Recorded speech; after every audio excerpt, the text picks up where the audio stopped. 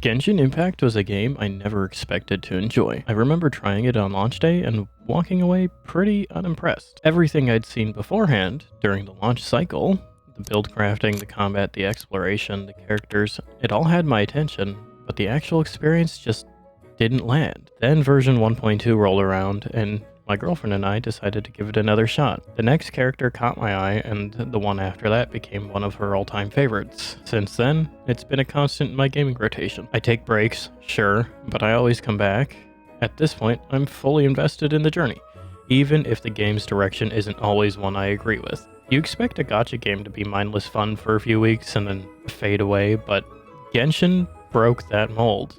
It delivered rich lore, breathtaking world design, and combat that made it feel like you were playing an anime. And yet, over the years, it feels like HoYoverse has lost sight of what made it so special. While the game remains wildly successful, some of its design choices now feel increasingly out of touch with what the players who helped make it what it is really want. This game unironically took over my life. Actually, I think all my spare time went into Genshin for a solid 6 months. What's wild is, this was the same time Cyberpunk 2077 finally dropped, a game I'd waited 7 years for, and yet, there I was, ignoring Cyberpunk, one of my favorite games of all time, by the way, to gamble on anime characters in a genre I don't typically enjoy. The thing is, I almost bounced off of Genshin completely. The prologue in Mondstadt is easily one of the weakest intros to a major game I've played. It's bloated, slow, and somehow manages to feel both overly long and emotionally empty at the same time. Sure, the dragon fight was kinda cool, but everything else just felt like a weird mix of awkward pacing and dull exposition. If I had dropped the game right there, I honestly wouldn't have blamed myself. But then you reach Liyue. That's where Genshin clicked for me, hard. Everything from the moment you descend into Guyun Forest to that first cinematic view of Liyue Harbor spilling into the horizon, it's nothing short of breathtaking. The verticality, the colors, the music, it didn't just feel like a new region, it felt like a different world. That's when I realized this isn't just a mobile gacha game pretending to be an RPG. This is something else entirely. Liyue had scope, scale, heart. The characters weren't just tools for combat, they were tied into the world, into the city's politics, history, and mythology. Ganyu instantly became one of my favorite characters, not just because of her design or kit, but because she actually fit into the world around her. For once, I wasn't just chasing stats, I wanted to know who these characters were, what they believed in, where they came from, and the best part, all of this was free. And that part really mattered. The world was in lockdown. People were out of work, and most of us couldn't justify dropping $70 on a new game.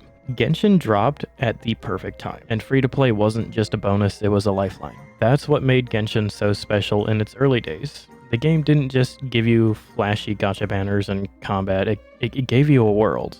A legitimately fun, rewarding gameplay loop. Leveling your team, building new characters, finding that one hidden luxurious chest behind a random wall in the middle of nowhere. It was pure dopamine. There was always something new on the horizon. A new event, a new story quest, a new region, a new character to obsess over. And it worked. For a long time, it really worked. Genshin Impact wasn't just a good gacha game. It was a good game, period. It dominated my gaming habits for years, and even now, during its slower and more repetitive phases, I still find myself coming back.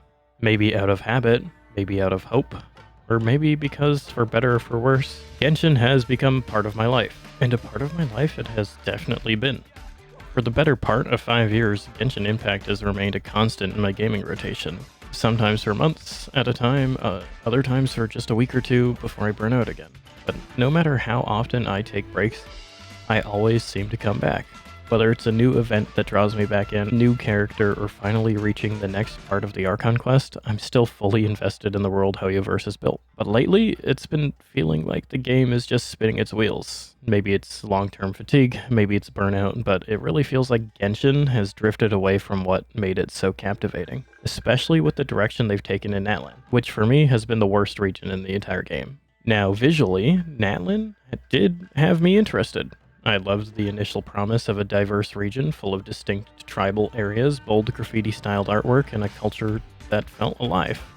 It looked like a fresh take, but then you meet the characters, and you meet the tribes, and everything starts to fall apart. Outside of Kenichi, who's the only one whose design actually feels compelling to me. Every other new character has felt like a massive letdown. Even the recent releases like Skirk and Anefa somehow managed to underwhelm. These characters had great concepts, but the designs? It's like Hoyo threw lore out the window in favor of horny gacha bait. Mulan is supposed to be a surfing warrior, right? That could have been so cool, but instead of reflecting that in her outfit or animation, they just gave her a bikini and called it a day. Shilinen is a blacksmith with tech so advanced it might as well be from another planet, and she's out here in a crop top and jean shorts? And then we have Mavuika, who's wearing some weird leather suit and rides a fucking motorcycle. Like, what the fuck is going on? And it gets worse. Chasuka has a flying gun. A flying gun. At this point, it doesn't even feel like Genshin Impact. It feels like I stumbled into someone's deranged fanfiction. These designs are so far removed from the tone and aesthetic the game built up for itself over the past few years. They feel like characters from an entirely different franchise. Compared that to what we got in Fontaine and Sumeru, characters like Nuvolette, Farina, Nahida, Wanderer, these were characters built with care. They felt like they belonged in the world. Now we've somehow transitioned from intricate, culturally inspired storytelling to a hot beach girl in a bikini and a rollerblader you'd find on Santa Monica Pier. And don't even get me started on the gender imbalance. We've had 2 5-star male characters in 2 years. 2. Hoyo. Just give me badass characters again. Characters like Rio Thesli or Arlecchino, not whatever the fuck this is. And then there's Natlan's story. Natlan was hyped as the Nation of War, a place we expected to explore deeper, darker themes that Genshin has hinted at since its earliest Archon quests. And what did we get? Pool parties, buffets, campfire songs. For half the damn Archon quest, it felt like we were trapped in a filler episode of a shonen anime. And when we did finally get to the whole war part, it was resolved with the magical power of friendship. Like, I'm not even kidding, it felt like a rejected script from a 90s anime. We can do anything as long as we stick together. Fuck off. The Gnosis, one of the most important elements of the main plot, isn't even mentioned until the very end, when Mavuika drops 2 lines about it and moves on. The whole thing just screams creative confusion. It's like Hoyo has no idea who they're making this game for anymore. The story is written for literal children, but the character designs feel like they were pulled straight out of a bored incel's search history. And that's what hurts the most. Genshin used to be different. It didn't rely on horny bait or copy other gachas. It felt like it had real intent, like it was built with passion. The world was beautiful, the characters had depth, and it genuinely felt like Hoyo wanted to create something special, not just sell us waifus in swimsuits. Now it feels like they swapped that vision for a safer, lazier formula.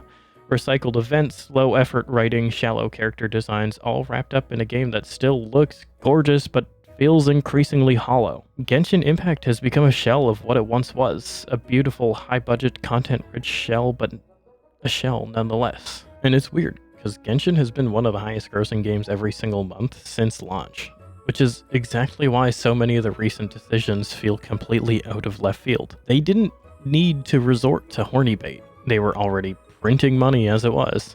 So why are they doing it now?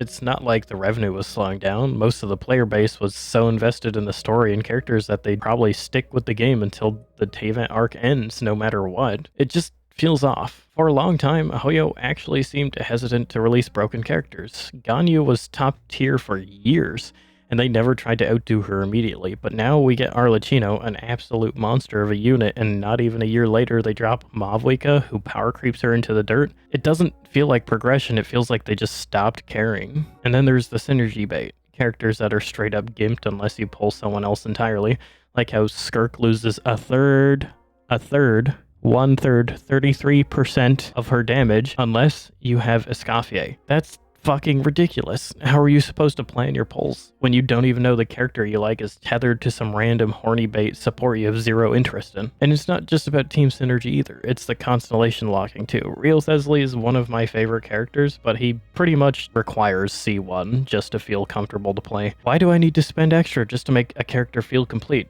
It's fucking bullshit. Hoyo, what are you doing? Then there's the event weapon problem. Some of the most important meta-defining weapons were locked behind limited-time events. Festering Desire was released in the first year. It's been nearly 5 years and there's still no way to get it. That kind of design screws over both new players and longtime fans. Newbies feel like they missed out on essential gear, and veterans feel pressured to log into every single event or risk missing something game-breaking. What makes it even more frustrating is that HoYo's other games are actively solving these problems. Star Rail lets you replay old events, they're adding a feature to skip dialogue, which is something Genshin players have been begging for since before Star Rail even launched.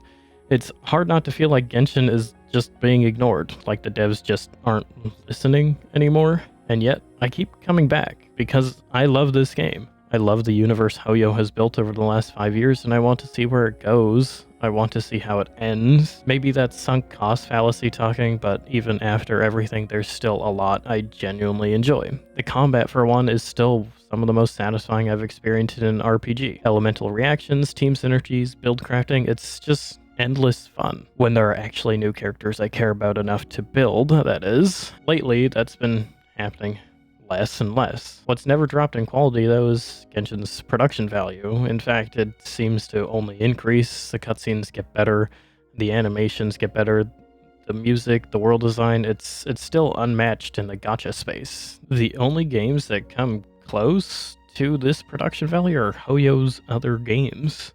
And even though Natlan's story didn't land for me, and from what I've seen much of the community as well, there are still moments that hit. The Dainsleif interlude, for example, continued to be one of the most intense and mysterious parts of the narrative. The one in 5.7 was easily one of the best story beats we've had in a while. But with all that said, I've been finding it harder and harder to return, especially during Natlan. There's been this growing feeling that I'm forcing myself to care more than I naturally do, and that sucks because I really do love this game. And I just wish HoYo would show they still have some passion. And Genshin Impact was one of the most promising games to come out in the last 5 years. It launched at the perfect moment. The north of this country is on lockdown. In the West Bank, as it begins a 30-day lockdown. Wuhan in China now on lockdown as the country struggles with fear of a pandemic. As we go into an unprecedented lockdown. When people around the world were stuck at home, desperately looking for something to escape into, and Genshin delivered. It had heart, charm, and a sense of wonder that felt rare in modern games, let alone free-to-play ones.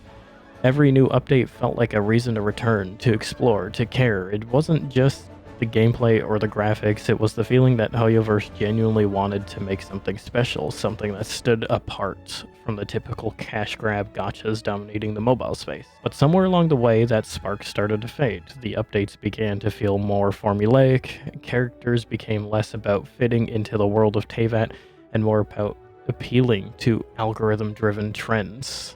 The power creep got worse, characters got less interesting, and the storylines, like the one in Natlan, started to feel like hollow parodies of what came before. HoYo went from crafting immersive, lore-rich regions to pushing out swimsuit characters and synergy-bait units with barely any context. Genshin hasn't just hit a rough patch, it's in the middle of an identity crisis.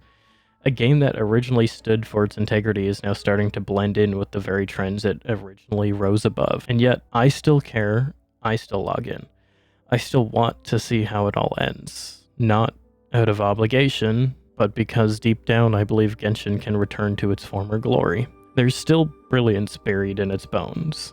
The Dainsleif interludes are proof of that. The combat system is still the best in the genre, and the world even now is full of potential. But if HoYo wants players like me to stay, not just out of habit but out of love, they need to start listening again. They need to remember what made this game worth investing in the first place. Because if they don't, Genshin Impact will be remembered not as one of the greatest games ever made, but as a game that squandered one of the greatest opportunities ever. Well, I was going to end the video there, but then HoYo went and dropped Song of the Welcome Moon. At first I just felt like it was another slick teaser, but now that Nod Krai has actually released and I've spent some time in it, I can honestly say it feels like a real step in the right direction. I was worried going in, especially after how much of a mess Natlan turned out to be, but so far, I'm impressed. The characters I've met have been surprisingly likable, the writing feels tighter and more deliberate, and the region itself actually feels like it belongs in Teyvat again. The designs don't feel like fan service fever dreams. Well, at least not all of them do. They feel cohesive, grounded, and intentional. It's the kind of world building that first pulled me into Genshin years ago, and for the first time in a long while, I'm excited to log in, not just to grind Primo Gems, but to actually see what comes next. That said, One good patch doesn't erase the issues Genshin has built up over the years. The gender imbalance is still glaring, and Hoyo still has work to do if they really want to win back the trust of longtime players, but Nod Krai has me hopeful again. If they can keep this momentum through the patches to come, with strong writing, thoughtful designs, and content that feels fresh, then maybe, just maybe, Genshin can reclaim that spark it had back when it first took over all of our lives.